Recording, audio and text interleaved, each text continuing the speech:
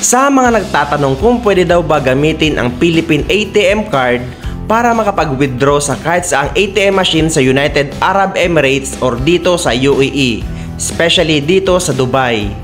Ang sagot guys ay yes, pwede nyo gamitin ang Philippine ATM card nyo para makapag-withdraw sa ATM machine dito sa Dubai.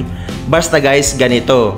Titignan nyo ang logo basta may kapareho sa card nyo at sa ATM machine, kagaya ng Mastercard, Visa at marami pang iba. Kapag mayroong kaparehong logo, ibig sabihin ay pwede kayo makapag-withdraw.